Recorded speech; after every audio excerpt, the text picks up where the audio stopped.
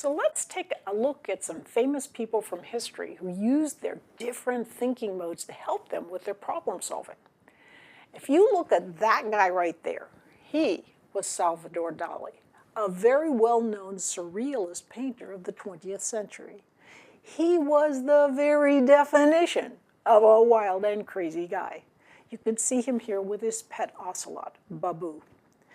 Dali used to have an interesting technique to help him come up with his fantastically creative surrealist paintings.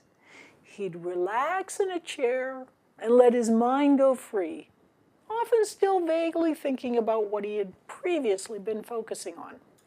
He'd have a key in his hand, dangling it just above the floor, and as he would slip into his dreams, falling asleep, the key would fall from his hand and the clatter would wake him up, just in time so he could gather up those diffuse mode connections and ideas in his mind, and off he'd go back into the focus mode, bringing with him the new connections he'd made while in the diffuse mode.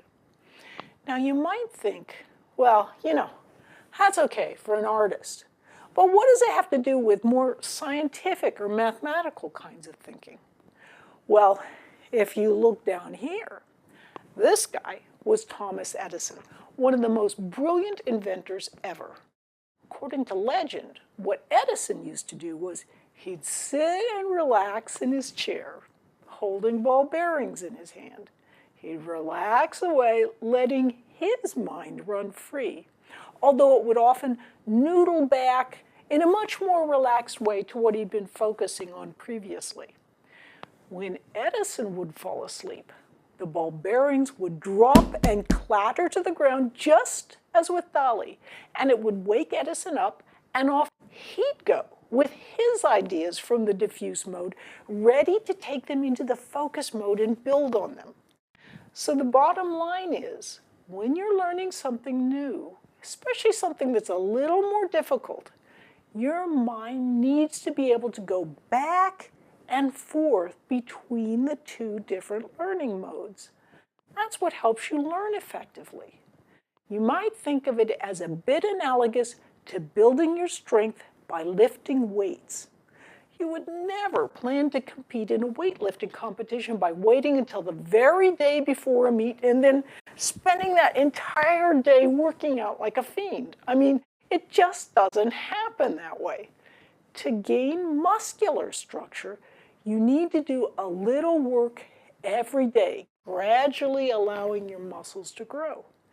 Similarly, to build neural structure, you need to do a little work every day, gradually allowing yourself to grow a neural scaffold to hang your thinking on. A little bit every day, and that's the trick. In summary then, we learned that analogies provide powerful techniques for learning. We learned about how the brain's two different thinking modes, focused and diffuse, each helps us learn, but in very different ways. And finally, we learned that learning something difficult can take time. Your brain needs to alternate its ways of learning as it grapples with and assimilates the new material. Thanks for learning about learning. I'm Barbara Oakley.